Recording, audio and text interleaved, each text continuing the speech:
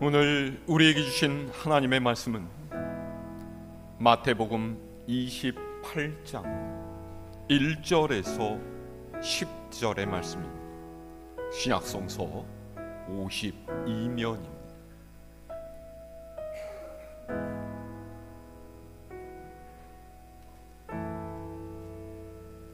봉독하겠습니다. 안식일이 다 지나고 안식 후 첫날이 되려는 새벽에 막달라 마리아와 다른 마리아가 무덤을 보려고 갔더니 큰 지진이 나며 주의 천사가 하늘로부터 내려와 돌을 굴려내고 그 위에 앉았는데 그 형상이 번개 같고 그 옷은 눈같이 익거늘 지키던 자들이 그를 무서워하여 떨며 죽은 사람과 같이 되었더라. 천사가 여자들에게 말하여 이르되 너희는 무서워하지 말라. 십자가에 못 박히신 예수를 너희가 찾는 줄을 내가 아노라. 그가 여기 계시지 않고 그가 말씀하시던 대로 살아나셨느니라. 와서 그가 누우셨던 곳을 보라. 또 빨리 가서 그의 제자들에게 이르되 그가 죽은 자 가운데서 살아나셨고 너희보다 먼저 갈릴리로 가시나니 거기서 너희가 배우리라 하라. 보라, 내가 너희에게 일렀느니라 하거늘.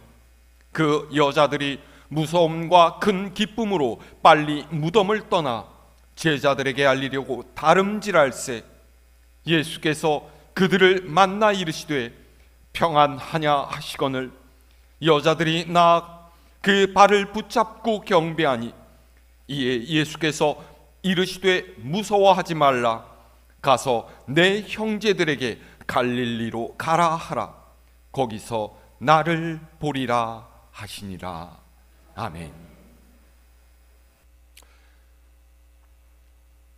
오늘은 부활절 셋째 주일입니다. 얼마 전 우리는 죽음의 권세를 이기시고 다시 사신 예수님을 기뻐하면서 그분의 부활을 축하하는 예배를 드렸습니다. 성가대가 준비한 찬양을 듣고 정성껏 감사 예물도 드리고 주님의 살과 피를 나누는 성찬에도 참여했고요. 이쁘게 장식한 부활절 계란도 받았죠. 그런데 사실 이 모든 것은 해마다 되풀이되는 똑같은 행사입니다. 제가 초등학생이던 40여 년 전부터 쭉 그래 왔었고요. 지금도 여전히 썩 달라진 것은 없습니다.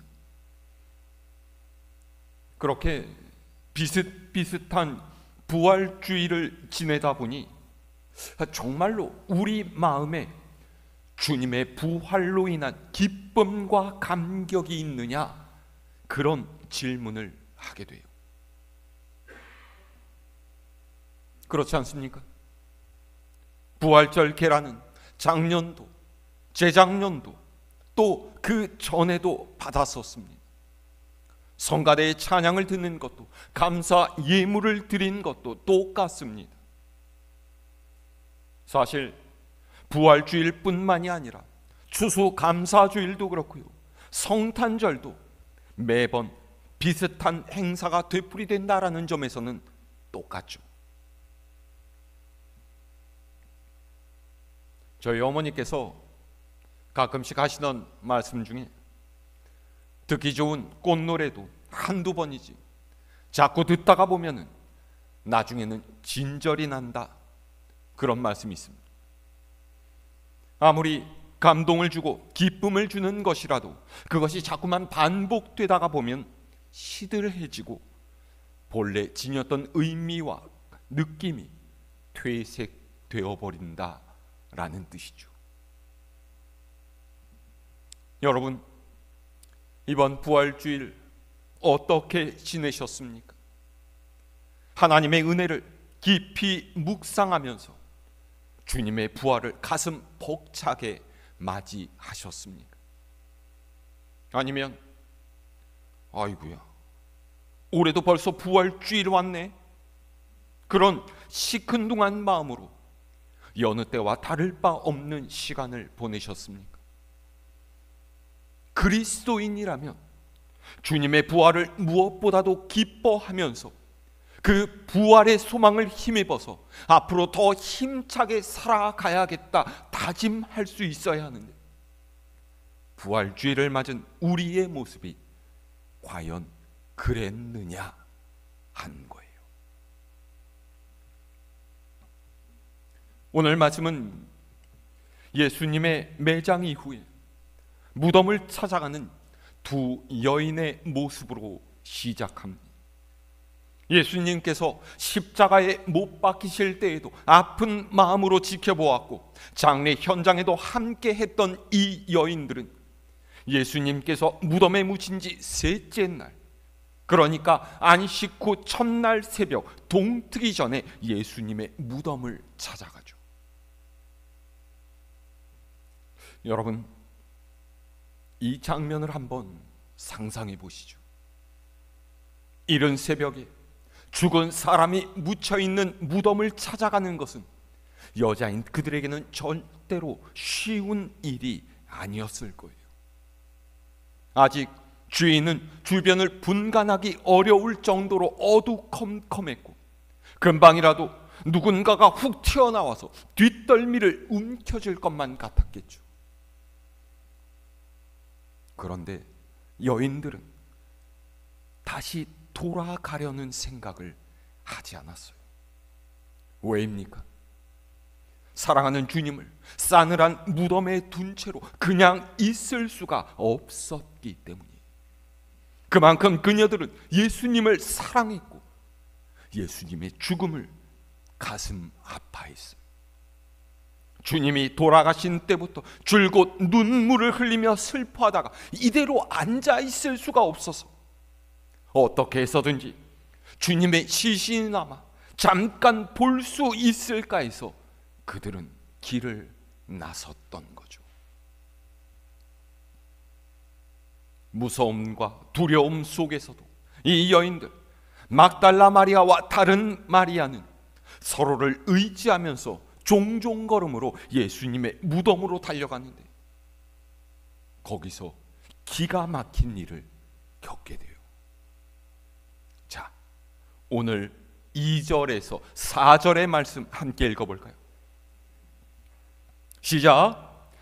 큰 지진이 나며 주의 천사가 하늘로부터 내려와 돌을 굴려내고 그 위에 앉았는데, 그 형상이 번개 같고 그 옷은 눈같이 희거늘, 지키던 자들이 그를 무서워하여 떨며 죽은 사람과 같이 되었더라. 아멘. 혼비백산할 일 아닙니까? 지진이 일어나서 땅이 뒤흔리는 것도 무서운데요, 하나님의 천사가 하늘에서 내려와서 무덤을 막았던 무거운 돌을 굴려내고 그 위에 앉았다라고 했어요. 여인들도 무덤을 지키던 이들도 이 엄청난 일을 보고서 무서워하며 마치 죽은 사람처럼 되었다 그랬죠. 아니, 왜 안 그렇겠어요? 평생을 살아도 한 번도 볼 수 없는 일, 상상조차 하지 못한 일이 눈앞에서 일어났는데 이 사람들 얼마나 두려웠겠습니까? 그렇게 갑자기 나타난 천사가 여인들에게 뭐라고 하죠? 너희가 십자가에 못 박히신 예수를 찾지만은 그가 여기 계시지 않고 이전에 말씀하신 대로 다시 살아나셨다라는 거예요. 이 놀라운 말에 반신반의하면서 쭈뼛거리며 무덤 안쪽을 훑어보는 여인들에게 천사는 주님의 행방에 관해서 이렇게 이야기합니다. 자, 7절 말씀 읽어볼까요? 시작. 또 빨리 가서 그의 제자들에게 이르되 그가 죽은 자 가운데서 살아나셨고 너희보다 먼저 갈릴리로 가시나니 거기서 너희가 배우리라 하라. 보라, 내가 너희에게 일렀느니라 하거늘. 아멘. 부활하신 주님께서 갈릴리로 가신다라고 하셨으니 너희는 어서 제자들에게 가서 이 소식을 알려라. 천사는 이야기해요. 무서움과 당황스러움, 기쁨과 경악이 뒤섞인 혼란 속에서 여인들은 주님 부활의 소식을 전하기 위해서 오던 길을 되짚어 다시금 다름질하기 시작했어요. 그런데 이게 웬일이에요? 얼마 채 가지도 않았는데 부활하신 주님께서 그들 앞에 호련히 나타나신 것이죠. 여자들은 놀라움으로, 그리고 다시 살아나신 예수님을 보고서 감격해서 주님의 발을 붙들고 엎드려요. 주님, 이게 대체 어떻게 된 일입니까? 정말로 우리 주님이 맞으세요? 진짜로 다시 살아나신 것입니까? 이제는 어디 가시지 않고 우리와 함께 계시겠죠. 예수님께서는 극도로 흥분한 여인들을 다독이면서 말씀하세요. 자, 10절 말씀 시작. 이에 예수께서 이르시되 무서워하지 말라. 가서 내 형제들에게 갈릴리로 가라 하라. 거기서 나를 보리라 하시니라. 아멘. 우린 이 말씀에 주의를 기울일 필요가 있습니다. 천사도 말했고요, 부활하신 예수님께서도 친히 자신을 보리라 알려주신 그 재회의 장소가 어디입니까? 갈릴리예요. 여러분, 왜 갈릴리입니까? 자신을 십자가에 못 박은 대제사장들이 있는 예루살렘 성전에 보란듯이 나타나시겠다라는 말도 아니고요, 많은 이들이 모여들어서 주님의 부활을 볼 수 있는 넓은 광장에서 보자고 하신 것도 아니에요. 주님께서 즐겨 가시던 베다니 마을도 아니고요, 갈릴리에서 만나자라는 예수님의 말씀이 도대체 무슨 의미겠습니까?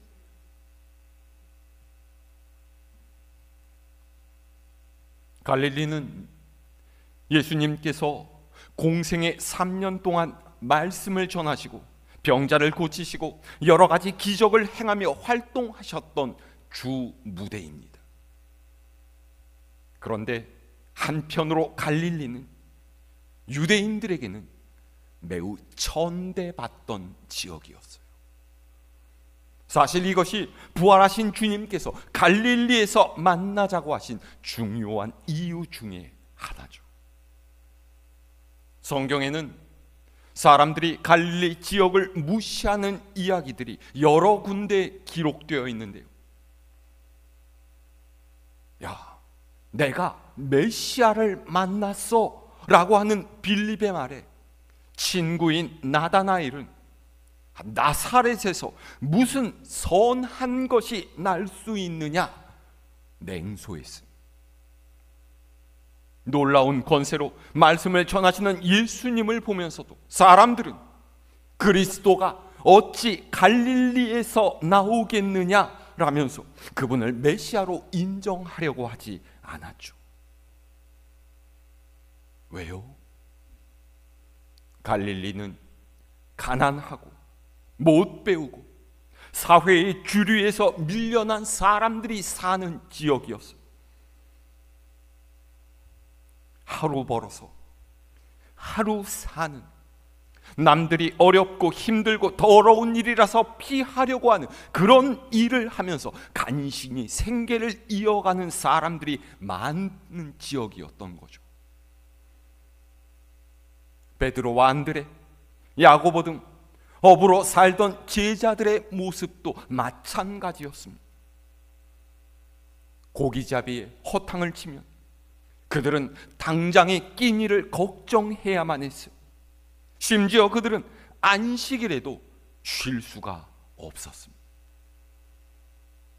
율법을 지키지 않는 죄인이라 손가락질 받으면서도 그들은 살기 위해서 매일같이 고기를 잡으러 나가고 땀을 흘려야만 했어요.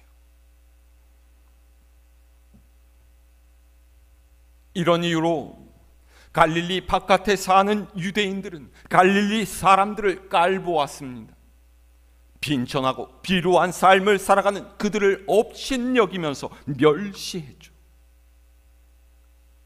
하지만 우리 주님께서는 세상의 기준, 세상의 잣대로 그들을 판단하지 않으셨어요. 오히려 예수님께서는 갈릴리의 이 연약하고 소외된 이들을 가장 사랑하셨죠.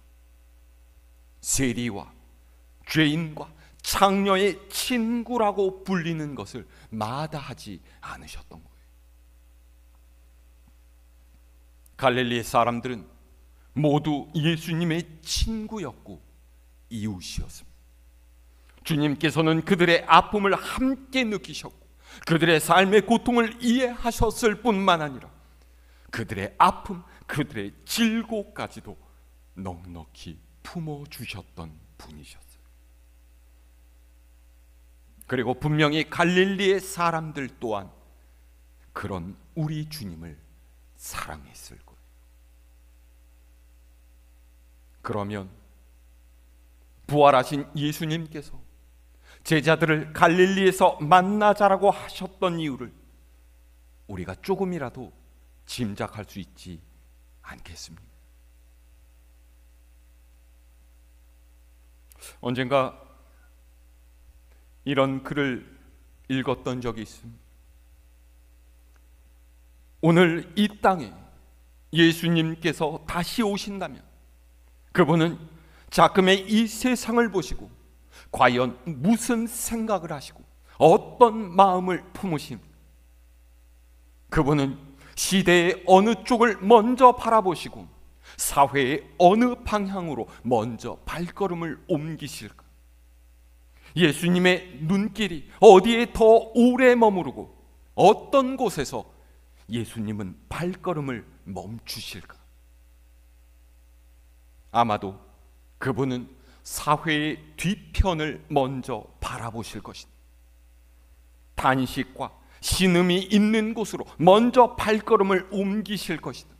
어두운 뒷골목을 더 오래 바라보실 것이고 가난과 절망과 아픔이 있는 곳에서 그 발걸음을 멈추실 거다.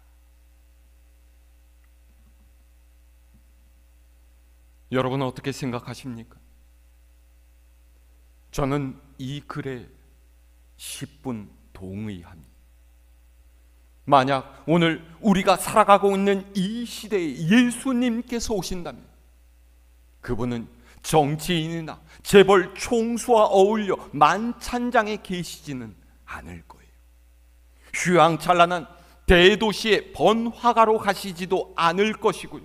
수천 명이 모이는 큰 교회를 찾아가시지도 않으시겠죠. 그분은 이 땅에 가장 초라하고 어두운 곳으로 가실 것이고요. 그곳에서 아파하고 신음하며 고통당하는 이들에게 그분의 손을 내미시고 넉넉한 품으로 그들을 안아주실 거예요.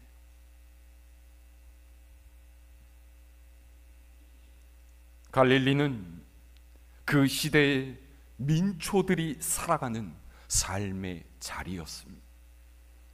그들은 거기서 고기를 잡고 거기서 장사를 하고 거기서 빨래를 하고 수다를 떨고 거기서 아이들은 헤엄을 치고 살았어요. 갈릴리 호숫가는 그들의 슬픔과 애환을 씻는 터였고 인생의 질곡이 풍랑처럼 일었다가 잔잔해지는 삶의 자리였죠. 부활하신 주님께서는 그곳으로 제자들을 부르셨어요. 주님이 그리고 그분의 제자들이 있어야 할 곳은 바로 이런 곳이라는 거예요.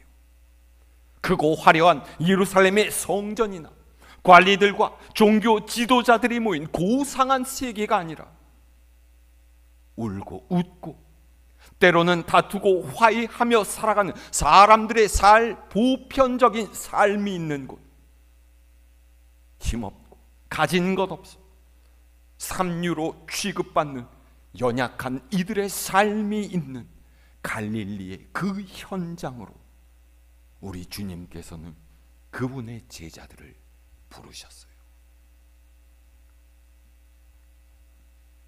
게다가 갈릴리는 제자들이 처음 부름받은 곳이기도 하죠.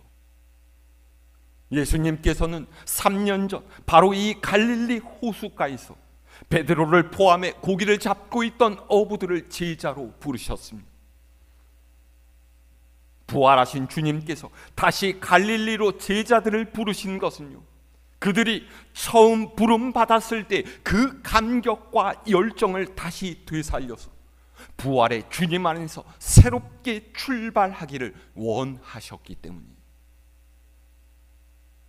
예수님의 죽음 이후에 소망을 잃고 삶의 방향을 잃은 채로 낙심 가운데 숨죽여 웅크리고만 있었던 제자들의 패배적이고 부정인 마음이 깨어지는 자리, 부활의 주님을 만나 새롭게 태어나 사명의 길로 걸어가야 할 제자들의 출발점이 바로 이 갈릴리가 되어야 한다라는 말씀이에요. 요한복음 21장을 보면요, 부활하신 주님께서 다시 제자들에게 나타나신 장면이 기록이 되어 있어요. 부활하신 주님을 만났지만 무엇을 어떻게 해야 할지 몰랐던 베드로, 그래서 결국은 낙향에서 다시 어부의 삶을 살아가려고 하는 베드로와 제자들을 예수님께서 찾아오셨죠. 그리고 이 자리에서 주님께서는 베드로에게 물어보셔요. 요한의 아들 시몬아, 네가 나를 사랑하느냐? 나를 정말로 사랑하느냐? 세상의 그 무엇보다 나를 가장 사랑하느냐? 3번이나 거듭 물으시는 예수님의 질문에 베드로가 대답해요. 그렇습니다, 주님. 내가 주님을 사랑하는 줄 주님께서 이미 아십니다. 그러면 내 양을 먹여라. 내 양을 쳐라. 예수님께서는 쓰러졌던 베드로를 다시 일으켜 세우시고 주님의 사람들을 맡기세요. 부활하신 주님을 전하는 복음 전파의 사명을 주시죠. 삶의 방향을 잃어버린 채 헤매는 제자들에게 새로운 삶의 목표를 주시고 하나님의 일을 맡기시는 거예요.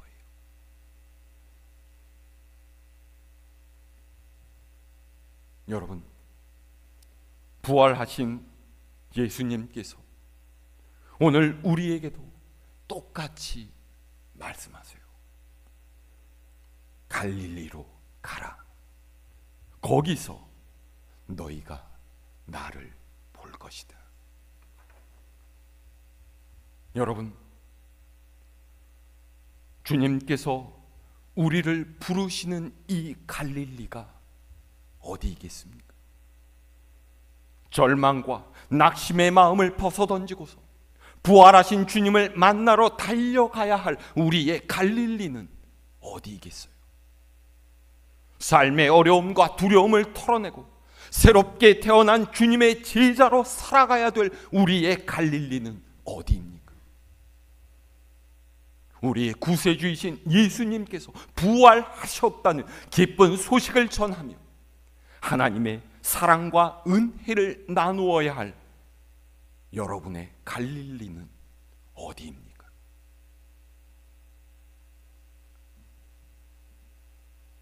사랑하는 여러분, 그 갈릴리를 찾아가시기 바랍니다. 우리 갈보리 교회 식구들 모두가 각자의 갈릴리로 갈 수 있기를 바랍니다. 거기에 부활하신 주님이 계세요. 그곳에서 주님을 만나시기를 바랍니다. 힘들고 험난한 세상 가운데 지쳐 쓰러지는 우리에게 주님께서는 새로운 소망을 주시고 능력을 주시며 하나님의 양떼를 돌보는 사명을 맡기세요. 다시 사신 주님을 만나는 벅찬 감격으로 부활의 증인으로 살기를 다짐하는 여러분 되시기를 바랍니다. 이 부활절 하나님의 은총을 바라보며 주님의 제자로 살아가겠노라 다짐하는 우리 갈보리 교회 모든 교우들 위해 하나님의 은혜와 평안이 충만하게 임하시기를 우리 주님의 이름으로 축원합니다.